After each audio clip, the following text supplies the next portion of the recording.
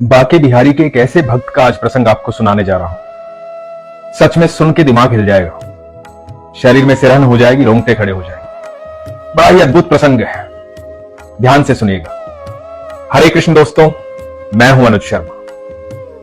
यह प्रसंग बताया है विलास चंद्र गोस्वामी जी। विलास चंद्र गोस्वामी जी बताते हैं कि 20-25 साल पहले की बात है। उस समय यदि जो लोग पुराने जाते हैं बाके बिहारी के मंदिर, उन्होंने देखा होगा कि जो बाके बिहारी का चबूतरा है वो लाल पत्थर का बना हुआ था। तो उसे तोड़ करके, क्योंकि वो जगह जगह से टूट गया था, उसे तोड़ करके वो संगमरमर का बनवाया था। उसके बाद जो निज मंदिर है उसकी छत में भी कहीं ना कहीं दरारें आ गई थी, तो वहां भी संगमरमर का पत्थर लगवाया था। फिर इन दिनों गर्मी बहुत होती थी, बिजली चली जाती थी, तो वहां पर 2 जनरेटर लगवाए थे। तो विलास चंद्र गोस्वामी जी ने पूछा कि ये सब करवा कौन रहा है। तो पता लगा कि दिल्ली के एक सेठ है, गोपाल सेठ। उन्होंने जनरेटर लगवाया, उन्होंने ही संगमरमर लगवाया। तो बड़ी इच्छा हुई कि जाकर एक ऐसे व्यक्ति से मिलूं जो यहां आता है और इतना काम करवा रहा है, कुछ तो बात होगी उसमें। तो विलास चंद्र गोस्वामी जी ने पता किया कि गोपाल सेठ आते कहां हैं। तो पता लगा कि उनके गुरु जो हैं वो श्री पूरन चंद गोस्वामी जी हैं। तो विलास जी उनके यहां जाने लगे। तो जब भी गोपाल सेठ आते उनसे मिलने चले जाते। 3-4 बार आना जाना हो गया। तो एक दिन गोपाल सेठ ने पूछ लिया, अपने आने का मकसद तो बताओ, जब भी मैं आता हूं तुम मिलने आते हो। तो विलास चंद्र गोस्वामी जी ने कहा कि मेरी एक बात है जो मुझे पूछनी है। और ऐसा कुछ नहीं है कि जैसे एक धनी व्यक्ति से एक व्यक्ति मिलने आता है किसी लालच से, किसी काम से, तो मैं किसी लालच या काम से मिलने आपसे नहीं आया, मेरा एक प्रश्न है। तो गोपाल सेठ ने पूछा, हां पूछो। तो विलास जी ने पूछा कि मुझे सिर्फ एक बात बताओ कि आपका बिहारी जी के साथ क्या संबंध है, क्या आकर्षण है आपके भीतर बिहारी जी का, आप इतना सारा काम यहां पर करवाते हो, क्या कारण है बिहारी जी के पास आने का। आप दिल्ली से आते हो और मैंने सुना है हमेशा लगातार आते हो। तो गोपाल सेठ मुस्कुराए। गोपाल सेठ बोले कि मेरा बहुत पुराना संबंध है बिहारी जी से, और ये संबंध बिहारी जी ने स्थापित किया। विलास जी ने कहा कि वो कैसे। तो गोपाल सेठ ने बताया कि मुझे पुरानी इमारतें देखने का बहुत शौक है। जितनी भी ऐतिहासिक इमारतें होती, चाहे वो कितनी भी दूर हो, मैं दूर दूर जाकर के देखता था। पुराने किले, पुरानी इमारतें, ये मेरी आदत में था। तो मेरे भैया, भाभी, पत्नी, बच्चे, हम सारे साथ में जाते थे। तो एक दिन जयपुर से आगरा की तरफ से होते हुए आ रहे थे। तो भैया भाभी ने, इन्होंने सबने कहा कि वृंदावन के मंदिर बहुत पुराने, भैया आपको अच्छे लगेंगे, एक बार देखने चलें। इस बहाने वृंदावन भी चले जाएंगे। तो भैया भाभी और बच्चों की चाहत ही यहां आने की। तो हमने मथुरा की तरफ गाड़ी मोड़ दी। जब मथुरा आए, यहां के मंदिर देखे। मंदिर देखकर मन प्रसन्न हो गया। बड़े प्राचीन मंदिर हैं, बहुत ही अच्छी शैली से बनाए हुए हैं। मंदिर देखते देखते पहुंचे बिहारी जी के पास। जब बिहारी जी के मंदिर में पहुंचे और बिहारी जी को देखा, मैं बस देखता ही रह गया। जब उनकी आंखें देखी, उनका रूप देखा, मैं स्तब्ध हो गया, स्थिर हो गया। मानो शरीर में जान ही नहीं रही, बस वहीं खड़ा रह गया जहां खड़ा था। और मुझे ऐसा लगा कि मैं बिहारी जी को आज पहली बार नहीं देख रहा हूं। बचपन से यही तो दिखाई दे रहे थे, यही तो मेरे साथ थे, हर काम इनकी वजह से ही तो हुआ है। और सच मानना, उसके बाद किसी को देखने का मन भी नहीं करता और कहीं जाने का मन भी नहीं करता। वो दिन है और आज का दिन है। बस मैं मेरे बिहारी जी से मिलने आता हूं, वो मेरे मालिक हैं, वो मेरे सब कुछ। तो उसके बाद गोपाल सेठ ने यह बताया कि यहां से जब मैं दिल्ली गया बिहारी जी से मिलने के बाद, तो दिल्ली में एक मेरी मिल थी जिसका नाम था गोपाल बोर्ड मिल।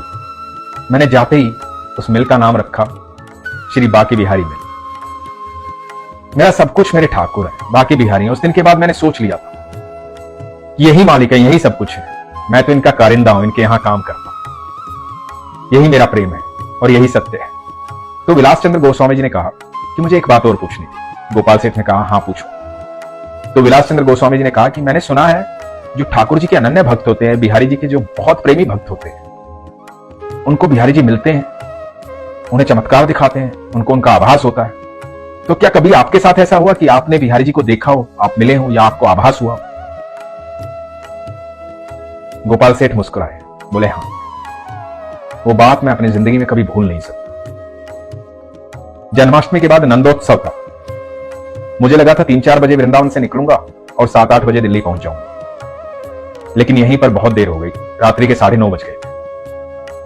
सारा दिन घूमते घूमते, दर्शन करते हुए भोजन प्रसाद प्राप्त करते हुए थक गए थे।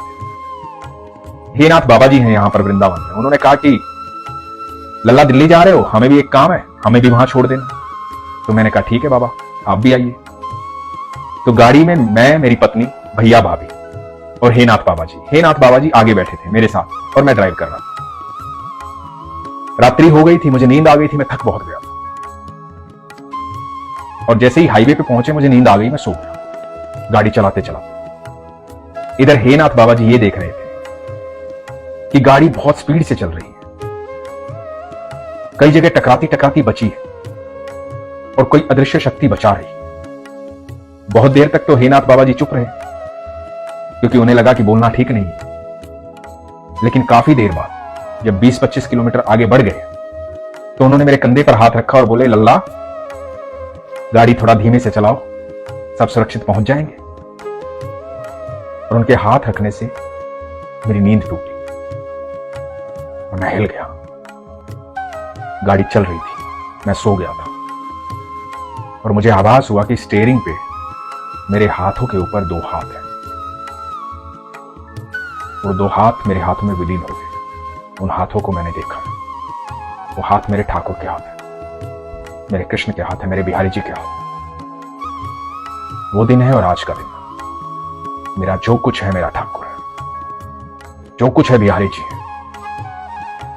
हम सब कहते हैं ना कि हमारे भीतर हमारे कृष्ण रहते हैं। वो सच में हमारे भीतर रहते हैं, वो सच में हमारे साथ रहते हैं और हमारा विश्वास उनकी उपस्थिति को प्रगाढ़ कर देता है, उनका आभास करवा देता है। हमारा विश्वास हमें यह एहसास करवा देता है कि हम कहीं भी अकेले नहीं होते। ठाकुर हमेशा हमारे साथ रहते हैं। 25-30 किलोमीटर का सफर किया, वो भी सोते सोते। वो मैं जानता हूं और उन हाथों को मैंने देखा है, इसलिए मेरा सब कुछ बिहारी जी है। मैं यहां कुछ नहीं करता, जो सेवा का वो आदेश करते हैं वो सेवा अपने आप हो जाती है। मैं होता कौन हूं कुछ करने वाला, मेरा सब कुछ उसी का दिया हुआ है। मैं तो सेवक हूं उसका, सिर्फ सेवक हूं उसका। गोपाल सेठ की ये बात सुनकर के विलास चंद्र गोस्वामी जी स्तब्ध रह गए, चुप रह गए। मैं भी आपको सच कहता हूं, आप भी गोपाल सेठ जैसे, आप भी ठाकुर के अति प्रिय हैं, लेकिन आपका विश्वास होना चाहिए, आपका प्रेम होना चाहिए। ईश्वर आपके भी साथ रहते हैं, हम सबके साथ रहते हैं, हम सबके भीतर रहते हैं। आप यकीन मानना, जब हम उन पर विश्वास करते हैं वो हमसे 2 कदम आगे चलते हैं। हमारे चारों तरफ सुरक्षा घेरा रहता है। वो ईश्वर है, उनके शब्दकोश में असंभव है ही नहीं। उनके लिए कोई समस्या है ही नहीं। सारी सृष्टि के रचयिता है, सब कुछ संभव है। हम बोलते हैं कि चमत्कार होता है क्योंकि हमें ऐसा लगता है, लेकिन ईश्वर के लिए तो हर चीज बहुत आसान है और हमारे लिए वो हर चीज चमत्कार है। चमत्कार तो आप हर पल महसूस कर सकते हैं। जब गहरी निंद्रा के बाद आप सुबह उठते हैं, जीते जागते हुए, सांस लेते हुए, मुस्कुराहट के साथ, तो आप महसूस कीजिए ईश्वर का चमत्कार है, तभी आप जीवित उठे। सर्वप्रथम उठते ही उनका धन्यवाद कीजिए।